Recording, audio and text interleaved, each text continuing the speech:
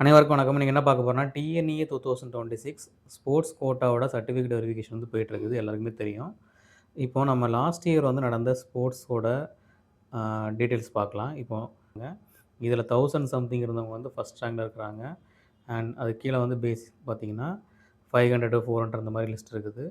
இதில ஆக்சுவலா உங்களுக்கு என்ன இது அப்டின்னா, ஸ்போர்ட்ஸ் கோட்டாவ பொறுத்தவரைக்கும் வந்து ஒரு காலேஜுக்கு வந்து ஒரு சீட்டு தான். அத எல்லாருமே தெரிஞ்சுக்கணும்.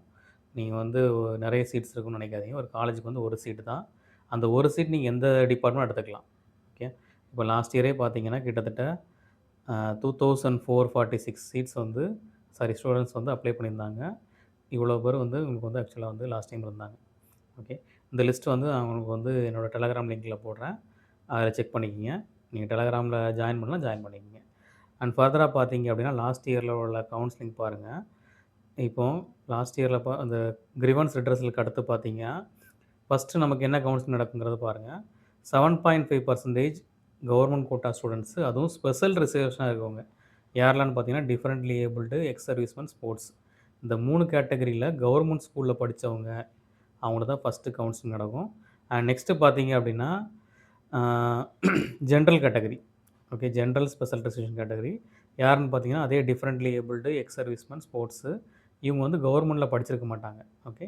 ஸோ அவங்களுக்கு வந்து அடுத்த கவுன்சிலிங் நடக்கும். இதான் ஆக்சுவலா ப்ரொசீஜர். இப்போ இதில பார்த்தீங்க அப்படின்னா, உங்களுக்கு வந்து ஃபர்ஸ்ட்டு கவுன்சிலிங் பார்த்தீங்கன்னா, ஒரே ஒரு நாள் தான் டைம் குடுத்துருப்பாங்க. அதாவது 7.5%க்கு. ஒரு 7த்துன்னு குடுத்துருக்காங்களா, இந்த டைம் நம்ம எக்ஸ்பெக்ட் பண்ற டேட் வந்து நான் ஆல்ரெடி ப்ரீவியஸ் வீடியோல போட்டிருக்கிறேன். 10த் ஜூலை வந்து கண்டிப்பா வந்து நமக்கு வந்து ஸ்டார்ட் ஆகும். ஸோ 10த் ஜூலை வந்து உங்களுக்கு இந்த பர்ட்டிகுலர் கவுன்சிலிங் நடக்கும். அடுத்த நாளே பார்த்தீங்கன்னா, அவங்களுக்கு வந்து அலாட்மெண்ட் வந்துரும்.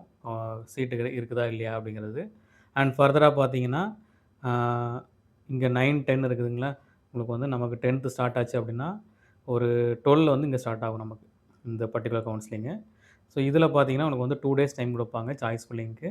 அண்ட் ஃபர்தரா உங்களுக்கு என்ன இருக்கும்னா, அலாட்மெண்ட் வந்து அடுத்த நாள் வந்து வரும். ஓகே.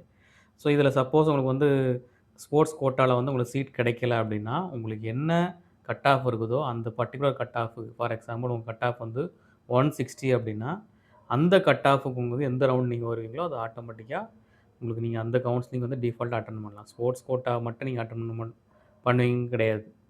ஸ்போர்ட்ஸ் கோட்டா உங்களுக்கு சீட் கிடைக்கல அப்படின்னா, ஆட்டோமேட்டிக்கா நீங்க வந்து ஜெனரல் கவுன்சிலிங்க்கு போயிருவீங்க. ஓகே.